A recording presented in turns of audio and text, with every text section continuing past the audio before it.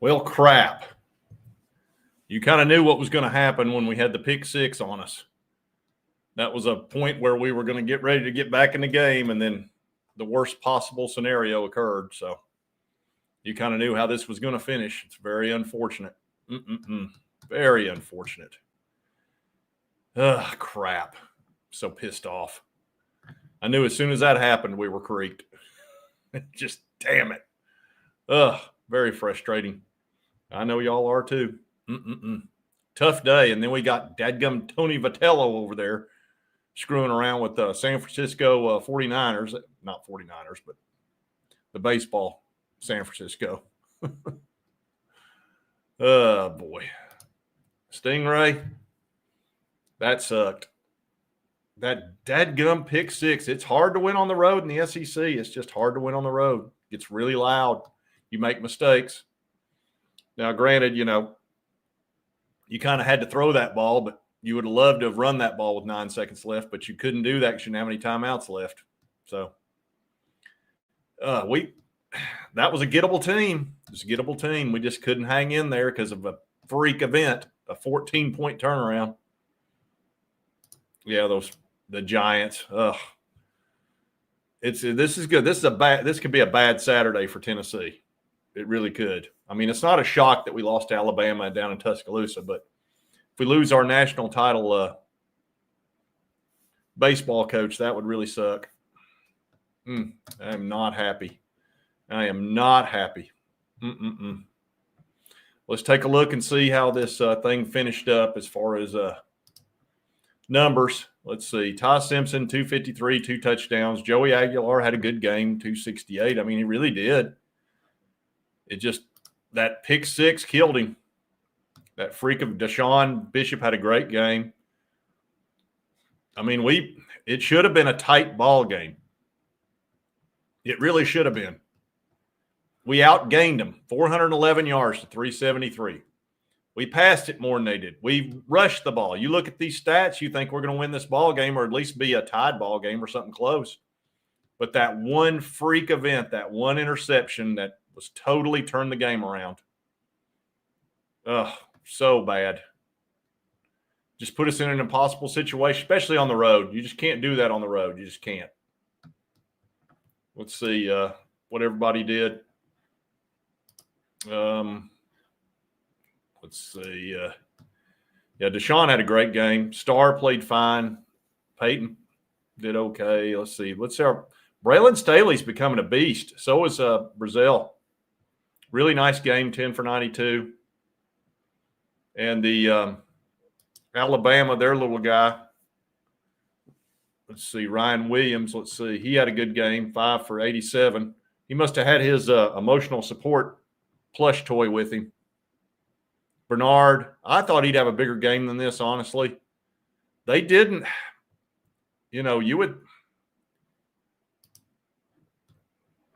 Tennessee could have won this ball game if not for that terrible play. And you look at those numbers, folks. Right there they are. Right there they are. No reason in the world, but when you give somebody 14, really 15 points, because we had to go for 2 on that one, it's really 15 points. It just changes the whole ball game. That was just, as soon as that happened, I was like, I don't know that it's even possible to win this ball game. One crazy interception that only occurred because you had to throw the ball, and they knew you had to throw it.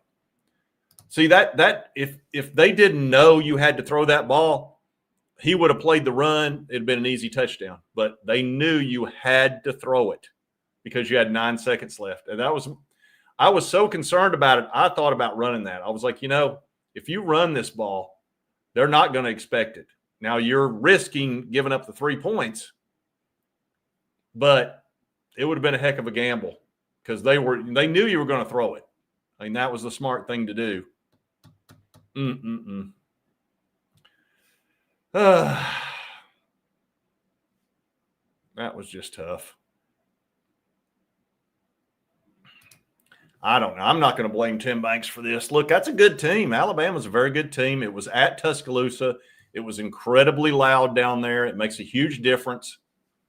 I mean, there's a reason why we hardly ever lose at Neyland. and why they hardly ever lose at Tuscaloosa. Because when you've got 100,000 people screaming at all the wrong times, it makes it very difficult. It's hard to win on the road in the SEC. Very hard to win on the road. Thank you, Perry. Oh, man. I'm so frustrated. Yeah. Well, they think the same thing. They think, we tackled about as well as they did, honestly. What did they do that was all that much better other than a pick six at the most inappropriate time ever? On the 1 yard line. Other than that, it was a pretty even ball game. I'm just going to I'll show you. Right there it is. Right there it is. There's your numbers. It's not like they beat the crap out of us, but when you hand somebody 14 points, it makes a big difference because they're already favored by 10. Then you hand them 14, makes it tough. Oh, well, very frustrating. It happens. These terrible things happen sometimes. That's why you play the game. I'm very frustrated by that. That was going to be a great ball game too. We score there with 9 seconds left at 16-14.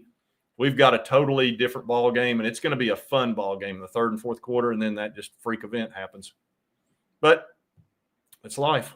It's like injuries, Injuries is part of the game. Bad luck is part of the game. And sometimes it seems like you have more bad luck on the road than you do at home. So we're not completely out of it. We could still get in the playoff, but it's going to be extremely difficult. This was my big concern is if we lost this game, you cannot have another mistake at all.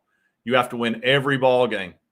And next year, when we go to 9 SEC games, you're going to see that really play itself out big time. Because you're going to have a lot of teams out there playing much easier schedules, and we're going to be playing a 9 SEC game schedule plus a Power 4. Not fun. You never know.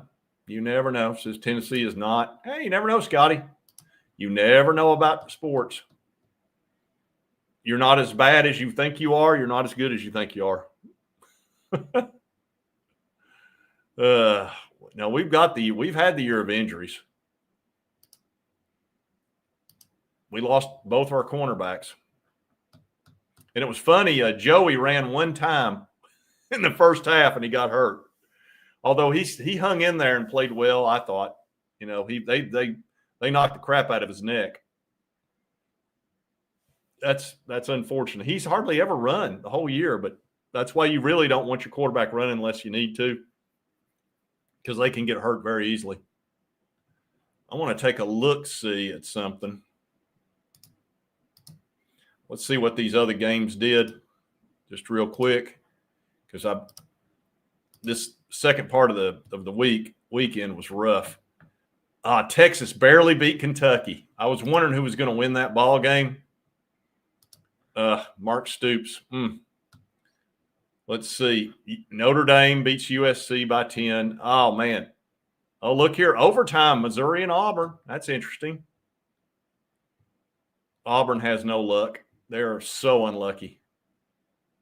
Let's see if there's anything in here that really jumps out. Of course, Georgia, man, I thought Ole Miss was going to win that ball game.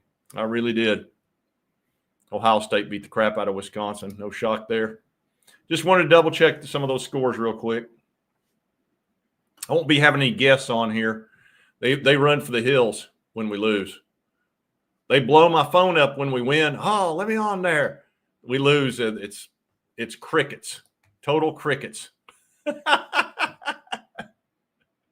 But, hey, I chose to do YouTube. When you lose, you show up at the end of the ball game and you do a show. That's life of a YouTuber. You got to come on here and talk about it. And other than the one horrible play, I'm not disappointed in how they played, honestly. It's so hard to play in their stadium down there at Tuscaloosa. It's just very difficult. They don't lose a lot down there. It's like playing between the hedges. We're going to have to beat Florida at the Swamp. I don't know if Billy Napier is going to be head coach there. They did beat Mississippi State, but the word on the street was that he was going to be fired tomorrow. Now, it's going to look kind of weird when you fire a coach after a win. And Mississippi State's not a bad club. It's not like they're a joke or anything. They're not at all. They're a totally decent club. Hunter, I hope not. I don't want to see 8-4. I really don't. That would be very disappointing. Darn. So Missouri's about to kick a field goal to win the ball game. Now that's not very nice, Big. I'm not even going to put that up, Big Breezy. That's just ugly. Why would you say such a thing? I tell you, you know. Got to make ugly comments in this world. Your words are hurtful, by the way, Breezy. Those are hurtful words. Go Dogs. Oh, man. I know, 706. You're happy. Congratulations. Ugh. I think so, Country Vol. 10-2 is doable. Don't give up. Look, it's not like we got beat by Little Sisters of the Poor, and we got beat by Alabama at Tuscaloosa, and they had a 14-point swing. That's hard to overcome. We'll be all right. We will be all right. They were favored by 9.5 or 7.5. It was kind of bouncing between those two. Yeah, Vandy's good. Vandy's good. No, 6-6 is not in the cards, Aaron. Come on. No. Don't be silly. No, I think he's okay. He got hurt, but he played there at the end. They won with a field goal, I think, against Maryland. Let's see. Fire Tim Banks. Nah. Look, you lose your two corner. Everybody's on Tim Banks. He had a great year last year. We lost our two starting cornerbacks, folks. That's really hard to deal with. And we had a pick six tonight. It's not like they scored 30 points, okay, at Tuscaloosa.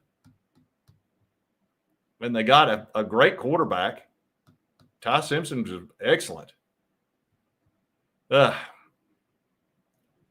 It's hard to make good decisions down there. It just is. I'm not.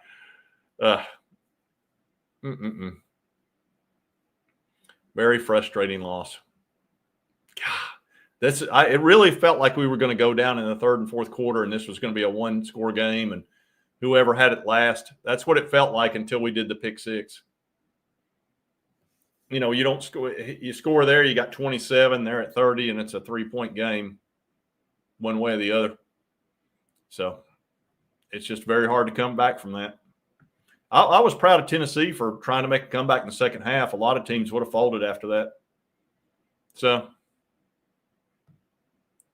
there you go. Let's see. Yeah, look, everybody loved Tim Banks last year, loved him. Oh, he was number 6 defense in the country. Then he loses both his cornerbacks, and he's a bad guy. What can you do? I disagree with that completely. Tennessee Smoky, no. Tennessee Smoky, no. You're letting your feelings get to you. Look, this is sports, folks. When you make a double bogey, you don't go to the next hole hanging your head down. Oh, well, I can't play golf. That's not how it works. That hole is the same as if you made birdie. You got to stay here. You got to stay level in sports. You cannot go up and down and up and down. Oh, we're terrible. Yeah, the refs never do us any. Look, here's the thing about refs. They're going to lean your way typically on the road. I mean, at home and against you on the road because, look, they're human beings. They know when they make a call against the home team, they're going to get screamed at. So it is what it is. You know, you kind of expect that. That's why there's a spread.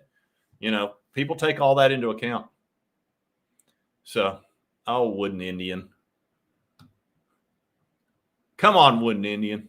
I'm not even going to put that up. Your words are hurtful. A lot of hurtful words out there.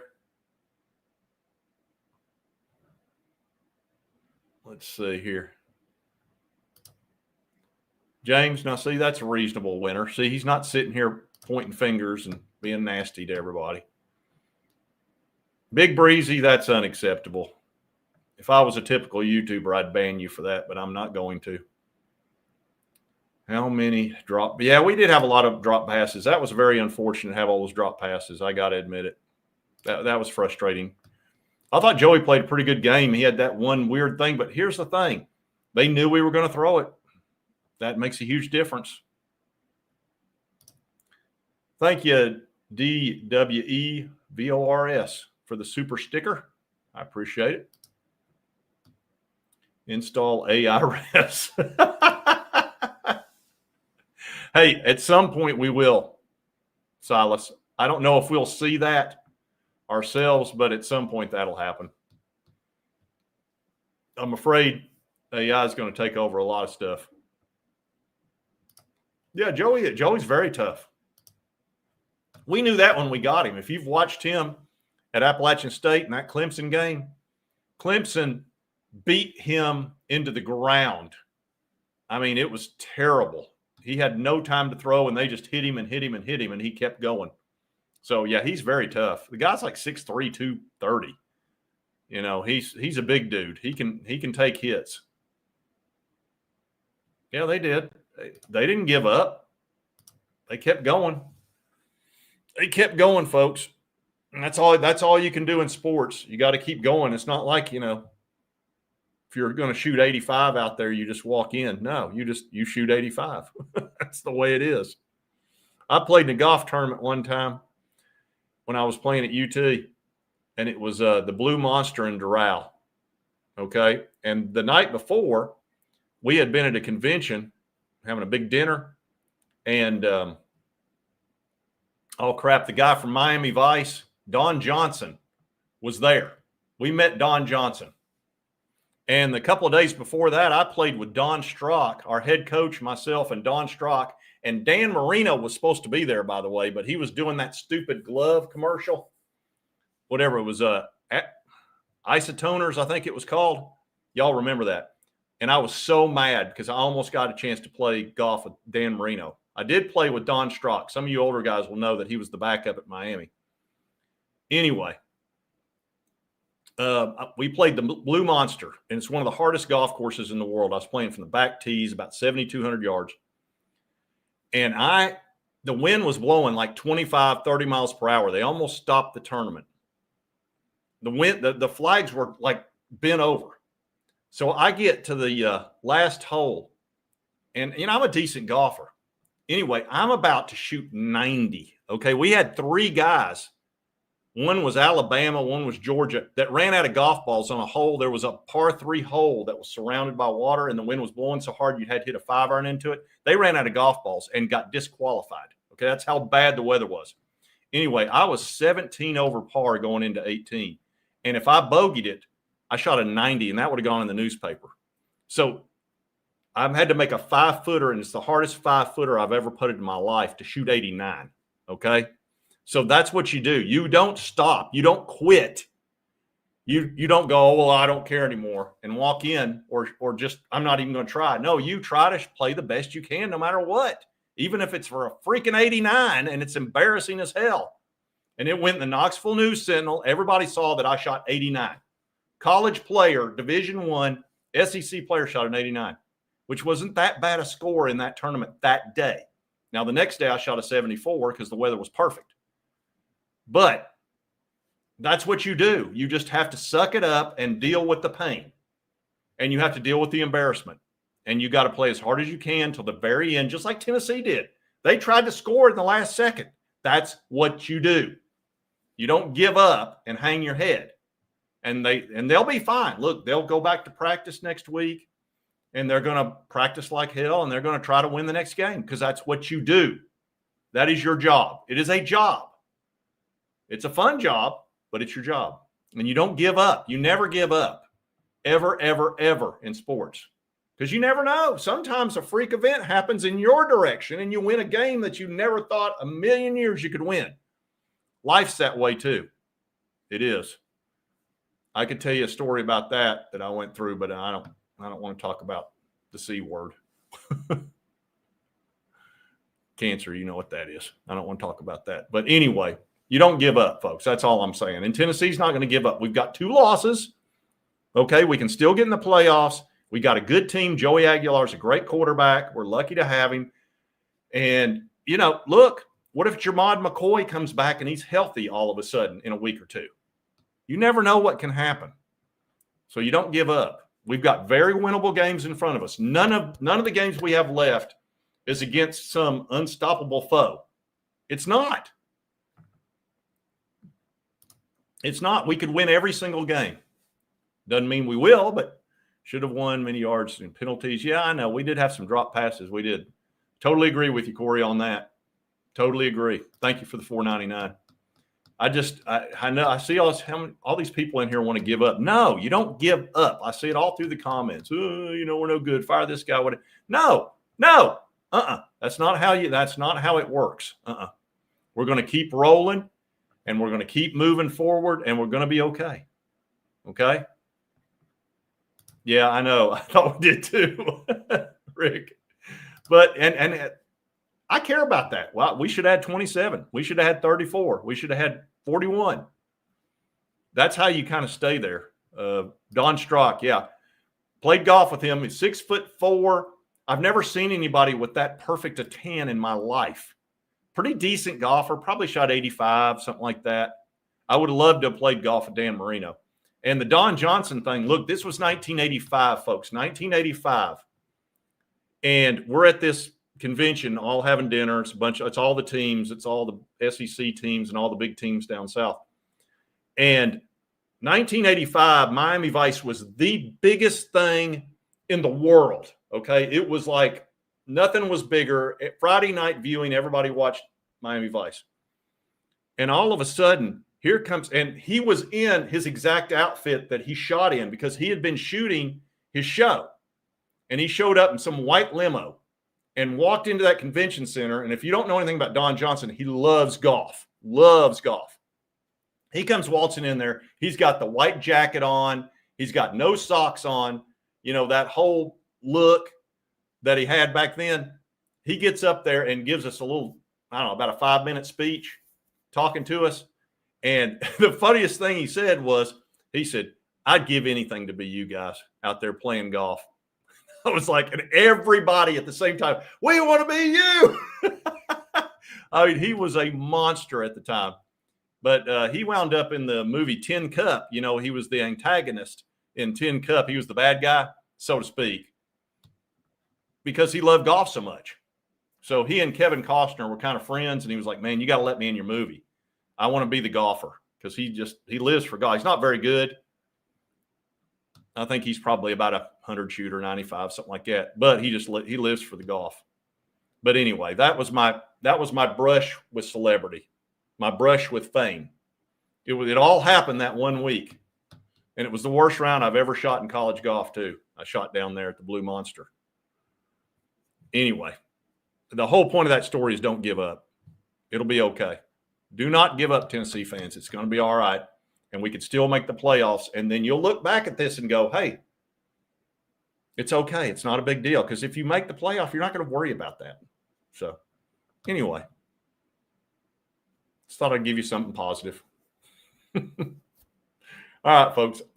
I think I've talked long enough and I've told you all enough. I don't ever talk about those personal stories, but I figured what the hell. Got to try to give something positive out there. Anyway, we'll see you next time on Sports Talk Jay. Did the best I could.